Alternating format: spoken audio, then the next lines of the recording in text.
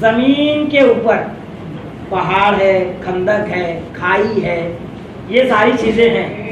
ठीक उसी तरीके से मैंने बताया कि जमीन से लगकर जो समुंदर, उसमें भी जो है इसी तरीके से पहाड़ है, मैदान है, खंदक है, सतह मुर्तफा वगैरह मौजूद है।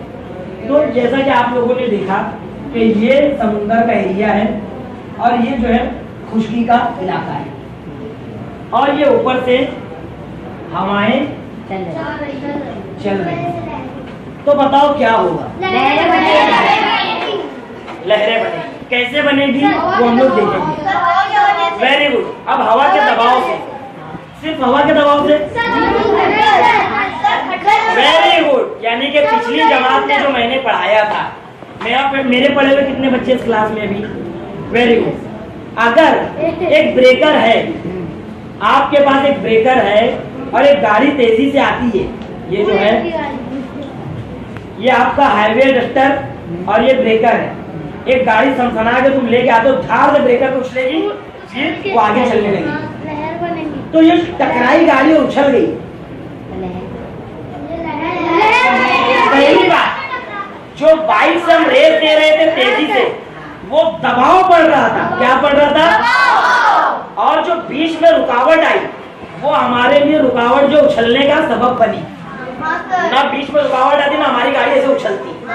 ठीक इसी तरीके से समुद्र में मौजूद पहाड़, ऊंचाई, नीचाई, सतह जो उसके अंदर सतह मुर्तफा है, मैदान है, उनके अंदर जो पानी मौजूद है और जैसे ही उसके ऊपर हवाएं दबाव डालती है तो पानी दबता है और नीचे के मौजूद पहाड़ों और चट्टानों से टकराकर उछलता है। सतह मुर्तफा से उछलता है और लहरें। उसकी मिसाल देखो, हम इस तरीके से समझ सकते हैं। हमारे पास ये जो है समुंदर है और ये समुंदर के अंदर पानी मौजूद है।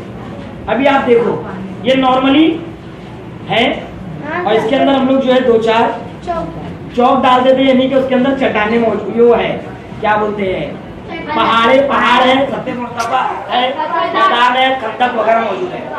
आप ध्यान से देखना है। अब मैं इसके अंदर जोर से पूछता हूँ, ध्यान से देखना बेटा, क्या होगा बताना।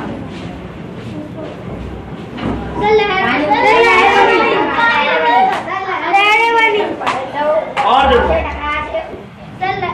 लहरें बन रही है। क्या हो रहा है?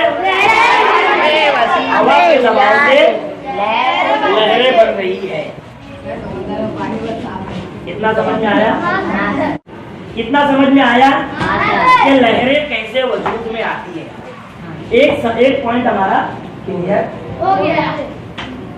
नहीं क्लियर हुआ? इसमें हवा का दबाव,